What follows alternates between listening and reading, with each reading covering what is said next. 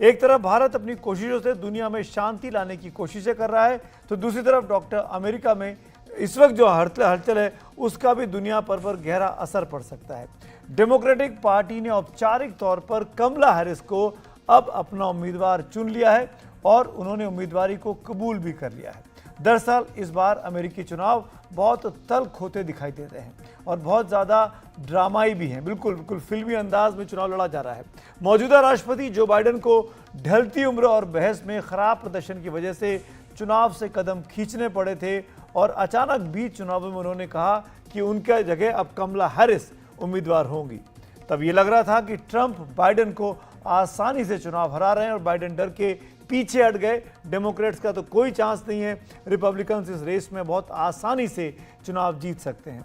लेकिन रही सही कसर ट्रंप पर जब जानलेवा हमला हुआ, उन पे जब गोली चली, उनके कान पे गोली लगी, तब तो ये लग रहा था कि ट्रंप बहुत बड़ी जीत की ओर आगे बढ़ रहे हैं। लेकिन कमला हैरिस ने कमान संभाली। कमला हैरिस ने जब से कमान संभाली तो लगा डेमोक्रेट्स का जो कैंपेन था वो रिवाइव कर गया। डेमोक्रेटिक पार्टी में एक जैसे नई जान सी आ गई और डोनाल्ड ट्रंप से पिछड़ती हुई ये पार्टी एक बार फिर उसके साथ मुकाबले में खड़ी दिखाई देने लगी। कमला हैरिस ने डोनाल्ड ट्रंप पर जब उनकी नाम पर मुहर लग गई शिकागो के कन्वेंशन में डेमोक्रेटिक पार्टी के, तब कमला हैरिस ने खूब हमला बोला है डोनाल्ड ट्रंप पर। आइए सुनते हैं। Consider his explicit intent to set free violent extremists, the power he will have, especially after the United States Supreme Court just ruled that he would be immune from criminal prosecution.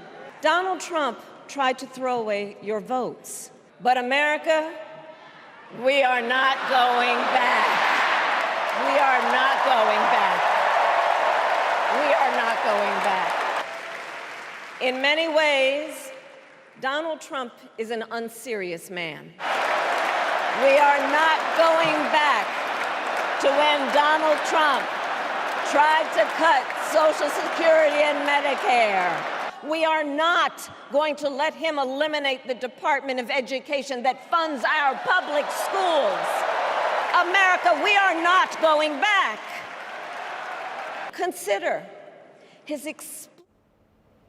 तो देखा आपने कमला Harris को किस तरीके से जबरदस्त तरीके से डोनाल्ड ट्रंप के हमलों का वो जवाब दे रही थी। लेकिन ट्रंप भी ट्रंप हैं, वो पीछे नहीं झुकते हैं, आसानी से नहीं मानते हैं। उन्होंने भी पलटकर कमला हैरिस पर फिर से हमला किया है। सुनते हैं।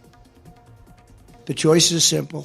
Kamala's mass amnesty of criminals or President Trump's mass deportation of criminals. I think that's pretty easy. If Comrade Kamala wins this November, World War III is virtually guaranteed to happen. Everything she touches, she destroys. Everything that she's touched, you look at her life. She was district attorney in San Francisco. The place went to hell. मेरे साथ जो कुछ America के चुनाव में चल रहा है उस पर बात करने के लिए दो खास मेहमान अमेरिका से ही जुड़ रहे हैं, उनका परिचय कराता हूं। फिर कुछ महत्वपूर्ण ग्राफिकल पॉइंट्स भी आपको दिखाऊंगा। अजय जैन भुटोरिया साहब हैं जो कि डेमोक्रेट्स के सपोर्टर है। अजय जैन जी, स्वागत है आपका। और हमारे साथ जुड़ रहे हैं आनंद आहूजा जी, आपका भी बहुत बहुत स्वागत है। आप रिपब्लिकन्स के सपोर्टर हैं, मुझे बताया गया। आप दोनों के पास मैं आता हूं। Thanks for your patience. कुछ इंपॉर्टेंट पॉइंट्स दिखा दूं मैं भारतीय दर्शकों को, अपने दर्शकों को जो अमेरिका के चुनावों में बहुत दिलचस्पी ले रहे हैं, उनको जानना बहुत ज़रूरी है दरअसल मुद्दे क्या हैं और उन बड़े मुद्दों पर दोनों कैंडिडेट्स की, दोनों पार्टियों की राय क्या है। एक एक कर मुद्दों पर नजर डालते हैं।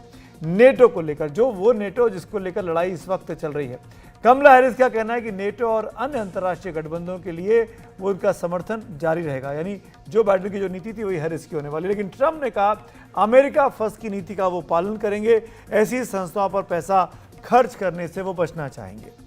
एक और मुद्दा है चीन का। चीन पर कमला हैरिस की राय है कि चीन शांति और स्थिरता के लिए खतरा है। इंडो पैसिफिक क्षेत्र में वो इस खतरे को समझती हैं। ट्रंप ने कहा कि चीन पर महंगा शुल्क लगाने की वो वकालत करते हैं, मानते हैं कि अनुचित व्यापार की शर्तों से अमेरिका को नुकसान हुआ और चीन को इसका फायदा हो रहा है। अलग अलग राय है। गर्भपात, एबॉर्शन एक बड़ा मामला है अमेरिका के चुनावों में। कमला हैरिस महिलाओं के गर्भपात के अधिकार की पक्षधर हैं, ये बहुत बड़ा मुद्दा है डेमोक्रेट्स के लिए। रिपब्लिकन का कहना है कि पहले गर्भपात के पक्षधर थे, लेकिन 2016 में ट्रंप ने अपना रुख इस मामले पर अब बदल लिया है। इमिग्रेशन की बात की जाए तो कमला हैरिस कहती हैं कि ट्रंप ने कि बॉर्डर की दीवार के वो विरोध में थी और उसके विरोध में उन्होंने वोट भी डाला था। ये जो अमेरिका और पड़ोसी मुल्कों के बीच जो दीवार की बात है, इमिग्रेशन पर ट्रंप का रुख बहुत ही कड़ा है। वो किसी भी कीमत पर इमिग्रेंट्स पर कोई रियायत नहीं बरतना चाहते। जलवायु परिवर्तन पर कमला हैरिस का राय है कि पेरिस समझौते की वो हिमायती हैं और पेरिस समझौते को ही वो मानेंगी, उनकी पार्टी मानेगी। इस पर भी ट्रंप की अलग राय है। अंतर्राष्ट्रीय जलवायु समझौतों से वो निकलना चाहते हैं। राष्ट्रपति पद संभालते ही पेरिस समझौते को वो छोड़ देंगे। कल क्लाइमेट चेंज पर उनकी ये बिल्कुल विपरीत राय है। किफ़ायती स्वास्थ्य कानून पर कमला हैरिस कहती है कि सबको किफ़ायती स्वास्थ्य सेवा देने का वो वादा करती हैं। इस पर ट्रंप के रिपब्लिकन पार्टी की बातें हैं कि ये बदलाव की बातें हैं, पर बाइडेन के किफ़ायती स्वास्थ्य सेवा कानून का विरोध वो करेंगे, उसके साथ वो नहीं है, पर बदलाव की बात वो मानते हैं। शिक्षा को लेकर हैरिस कहती हैं कि वो सरकारी पैसा देने के समर्थन में है। शिक्षा सरकारी पैसे से होना चाहिए। ट्रंप ने कहा शिक्षा विभाग को खत्म करने के वो पक्षधर हैं, राज्य शिक्षा का भार खुद संभालें। यानी साफ तौर पर वो इस चीज़ की राय इसके साथ नहीं मानते हैं। अगर कमला हैरिस के बारे में बताऊं तो कमला हैरिस की मां भारतीय थी, उनके पिता अश्वेत थे और उनको अश्वेत लोगों का बड़ा समर्थन हासिल हुआ है। इससे पहले बराक ओबामा देश के पहले अश्वेत राष्ट्रपति बने थे, वो भी डेमोक्रेट थे। सवाल है कि क्या इस बार कमला हैरिस अश्वेत वोटरों के समर्थन से अमेरिका की राष्ट्रपति बन सकती हैं, जैसा कमाल पिछली बार ओबामा ने किया था। अमेरिका की आबादी पर अगर नजर डालें तो कुल आबादी इस देश की अमेरिका की 33 करोड़ की है, मात्र भारत के मुकाबले 33 करोड़, करीब 100 करोड़ कम। श्वेत आबादी है 61.6%। अफ्रीकी मूल के लोग हैं 12.4%। बहुनस्ली लोग हैं 10.2% और एशियाई मूल के लोग हैं 6%। तो ये जो वाइट्स नहीं है, जिसको अमेरिकन जिसको कहा जाता है, वो नहीं है। उनके भरोसे इस कैंपेन को जीतने की कोशिश में लगी हुई डेमोक्रेट्स। अगर धर्म के आधार पर अमेरिका की आबादी को देखा जाए तो 61% आबादी ईसाइयों की है। 31% लोग अपने आप को असंबद्ध कहते हैं, धर्म को नहीं मानते हैं। यहूदी 2% हैं, मुस्लिम 1% हैं, हिंदू 1% हैं, बौद्ध 1% हैं, अन्य धर्म के लोग 2% हैं। अमेरिकी चुनाव में धर्म के आधार पर तो वोट नहीं होता, लेकिन अपने लीडर के बयानों को वो लोग बहुत करीब से देखते हैं। और आपको एक और चीज़ बता दें कि अमेरिका में चुनाव के दौरान सर्वेज होते हैं, लगातार सर्वे होते हैं। तो अभी जो सर्वे चल रहे हैं, न्यूयॉर्क टाइम्स का जो सर्वे 22 अगस्त का, उसमें 2% कमला हैरिस आगे चल रही हैं 49% वोट हासिल करके। 19 जुलाई को जो सर्वे था उसमें ट्रंप आगे थे 48% के साथ। ये न्यूयॉर्क टाइम्स का सर्वे है। इकोनॉमिक्स के चुनावी सर्वे की अगर बात करूं, एक और वहां के बड़ा अखबार, अभी जो 22 अगस्त का हुआ उसमें कमला हैरिस 3% से आगे हैं। 48% लोग उनको जीता हुआ देख रहे हैं, 45% ट्रंप को देख रहे हैं। 19 जुलाई को जो आया था तब 3% वोटों से ट्रंप आगे थे और कमला हैरिस पीछे चल रही थी, डेमोक्रेट्स पीछे चल रहे थे। उसके अलावा जो बाकी सर्वेज आए हैं वो भी बहुत इंटरेस्टिंग है, वो भी देख। CBS न्यूज़ में 51% के, ये ताज़ा सर्वे है अभी अगस्त के महीने का, कमला हैरिस 51% के साथ आगे चल रही है CBS न्यूज़ में। अगर वॉशिंगटन पोस्ट की बात की जाए, जो अगला सर्वे है ABC न्यूज़, वाशिंगटन और इप्सोस का, उसमें भी कमला हैरिस 50% पर है, 5% ऊपर है। रियल क्लियर पॉलिटिक्स की बात की जाए तो इसमें भी कमला हैरिस आगे हैं। 53rd राइट की बात की जाए तो उस पर भी कमला हैरिस आगे चल रही है। करीब 3 से 4% की बढ़त कमला हैरिस को अभी ताज़ा सर्वेज में दिखाई दे रही है। तो इन सर्वेज को देखने के बाद ऐसा लगता है DDHQ में वो और 5% आगे हैं सर्वे में इस चुनावी कैंपेन में। तो कुल मिलाकर ये कह सकते हैं कि क्या कमला हैरिस ट्रंप से चुनाव जीत रही हैं, ये इस वक्त अमेरिका में सबसे बड़ा बहस का विषय बन गया है। आनंद आहूजा मेरे साथ हैं, उन्हीं से शुरुआत करना चाहता हूं। आनंद जी, क्या कहना चाहेंगे आप, किसका पलड़ा भारी है और क्यों, क्या तर्क है आपका? सुनील जी, जहां तक पलड़े की बात है, वो पलड़ा किसका भारी है वो तो इलेक्शन वाले दिन ही पता लगेगा, क्योंकि ये जो सर्वेज हैं, ये जो पोल्स हैं, ये आगे पीछे होते रहते हैं। और आपने जो अभी आंकड़े रखे हैं, आपको ये रियलाइज करना चाहिए कि डेमोक्रेटिक पार्टी की कन्वेंशन कल खत्म हुई है और ये एक हनीमून पीरियड है। तो इमीडिएटली आफ्टर कन्वेंशन, चाहे वो रिपब्लिकन्स की हो या डेमोक्रेट्स की हो, वो पोल नंबर्स ऊपर जाते हैं। देखना ये है कि कल कन्वेंशन खत्म होने के के बाद और इलेक्शन के बीच में जियोपॉलिटिकल सिचुएशन क्या रहती है और इकोनॉमी क्या रहती है। अबॉर्शन एक बड़ा मुद्दा है जिस पे अभी डोनाल्ड ट्रंप ने अपने व्यूज रखे हैं कि मैं जो है चाहता हूं कि ये मामला जो है वो स्टेट्स के पास जाए, और देखा जाए तो यूनाइटेड स्टेट्स के कॉन्स्टिट्यूशन के हिसाब से भी 10th अमेंडमेंट बड़ी क्लियरली बात करती है कि ये मुद्दा जो है ये फेडरल गवर्नमेंट का नहीं है बल्कि स्टेट गवर्नमेंट का है। So states have to decide what abortion laws they want to have in their own states. So बहुत अहम चीजें हैं जो आज की तारीख पे इलेक्शन के बीच में होती हैं। Let me take a counter view point. आप रहिए मेरे साथ जुड़े हुए हैं अजय जैन भी। अजय साहब, अभी पोल में आगे चल रही हैं, ये जैसा कि हमने सुना आनंद आहूजा जी को, उनका कहना है कि भाई शिकागो में कन्वेंशन खत्म हुआ है, उसका असर है, इसी वजह से 3 से 4 या 5% का असर दिखाई दे रहा है। पिछले महीने अगर आप करते तो ट्रंप आगे चल रहे थे जब रिपब्लिकन का वो चल रहा था। सवाल मेरा आपसे ये है, इस सिचुएशन में क्या आपको लगता है कमला हैरिस का ये जो चुनाव है वो आसान है? अजय जैन के साथ सिग्नल अभी नहीं है, अजय से हम बात नहीं कर पा रहे, लेकिन सॉरी, मैं फिर से आनंद जी आपके पास आता हूँ। आप अबॉर्शन के बारे में बात कर रहे थे, लेकिन मेरा सवाल आपसे स्पेसिफिक है। लास्ट मंथ जब ट्रंप साहब पर अटैक हुआ, उन पर गोली चली, तो ये लगा कि बड़ा एक तरफा चुनाव है, अब तो सिंपैथी मिलेगी और रिपब्लिकन जीत जाएंगे। पर आज 1 महीने के अंदर लगता है कि सिचुएशन बैलेंस आउट हो चुकी है। बाइडेन हट गए हैं, हैरिस को सपोर्ट मिल गया है और अब वो सर्वे में लीड भी कर रही हैं।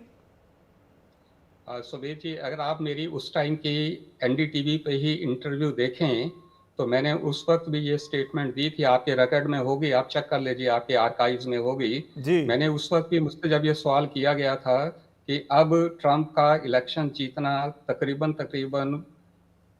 पूरा हो गया है, पॉसिबल हो गया, तो मैंने एक कहा था कि there are many slips between the cup and the lips. Delhi अभी दूर है, ये मेरी स्टेटमेंट है, आप चेक कर लीजिएगा कि कोई भी जो ये होती हैं इवेंट्स, इनका नवंबर इलेक्शन पे क्या इफेक्ट होगा, ये टोटली जो है वो बेमायने होती हैं जी। सबसे बड़ी चीज ये है कि इलेक्शन से 2 दिन पहले या इलेक्शन के दिन हालात क्या होते हैं। और मैं रिपीट कर रहा हूं कि अगर मान लो इलेक्शन से कुछ दिन पहले हमास का ये पीस ट्रीटी हो जाती है तो ये एक बड़ा पॉजिटिव इफेक्ट हो जाएगा कमला हैरिस की फेवर में, क्योंकि वो क्रेडिट लेंगे बाइडन एंड कमला हैरिस कि हमने ये पीस ट्रीटी कराई, देर आए दुरुस्त आए, 1 साल बाद ही कराई, लेकिन हमने कराई जी। अगर ये पीस ट्रीटी नवंबर के इलेक्शन से पहले नहीं होती है तो ट्रंप क्रेडिट ले जाएंगे कि देखो अगर मैं होता तो मैं ये पीस ट्रीटी करा देता। ऐसे ही यूक्रेन का है, अगर यूक्रेन के अंदर कोई ऐसी डेवलपमेंट होती है तो आनंद जी एक लास्ट पॉइंट और क्विक पॉइंट, बहुत समय की लिमिटेशन है। जो स्विंग स्टेट्स हैं वहां पर चीजें बदली कि नहीं बदली, जो 4-5 हैं आपके यहाँ? देखिए जो स्विंग स्टेट्स हैं वो भी स्विंग स्टेट्स हैं, उनके लिए फॉरेन पॉलिसी जो इतना इम्पोर्टेंट इशू नहीं है। स्विंग स्टेट्स के लिए जो इम्पोर्टेंट इशू है वो इकोनॉमिक है। इकोनॉमी इस वक्त जो है वो बाइडन इकोनॉमी ने देश का सत्यानाश कर दिया है। अब देखना ये है कि उन स्विंग स्टेट्स के अंदर जो एडवर्सली अफेक्टेड लोग हैं वो किस तरफ जाते हैं जी। चांसेस आ रहे हैं यूएसए के इलेक्शन में जो सबसे इम्पोर्टेंट मुद्दा हमेशा रहता है वो इकोनॉमी का रहता है। इस बार इकोनॉमी के साथ साथ ह्यूमन राइट्स, अबॉर्शन जो है वो भी एक बड़ा मुद्दा है, लेकिन वो अबॉर्शन का मुद्दा जो है वो एक लिमिटेड पर्टिकुलर वोट बैंक है और वुमेन वोट बैंक का है। सवाल ये है कि considering Kamala Harris background, considering Kamala Harris heritage, considering Kamala Harris race and her coming from a immigrant community, जी। ये व्हाइट अमेरिकन, आपने कहा 66% जो है वो व्हाइट अमेरिकन वोटर्स हैं, उसमें से वो व्हाइट अमेरिकन वोटर्स उसकी तरफ कितना अट्रैक्ट होते हैं, कितना उसकी तरफ। बहुत ही इंपॉर्टेंट बात आप कर रहे हैं Anand ji, thank you so much. वक्त की कमी है, मैं बीच में इंटरवीन कर रहा हूं आपको, लेकिन व्हाइट अमेरिकन किस हद तक किस तरफ मुड़ेंगे ये डिपेंड करेगा कमला हैरिस की जीत को लेकर। अगर कमला हैरिस इस चुनाव में वाकई में जीत जाती है नवंबर की पोलिंग में, तो मानना चाहिए कि बहुत बड़ी संख्या में वाइट अमेरिकन जो हैं वो डेमोक्रेट्स के साथ आके जुड़े हैं, लेकिन महिलाओं के बीच में, ब्लैक्स के बीच में, अश्वेतों के बीच में वो पॉपुलर हैं और लगातार उनकी पॉपुलैरिटी बढ़ रही है। शुक्रिया हमसे बात करने के लिए।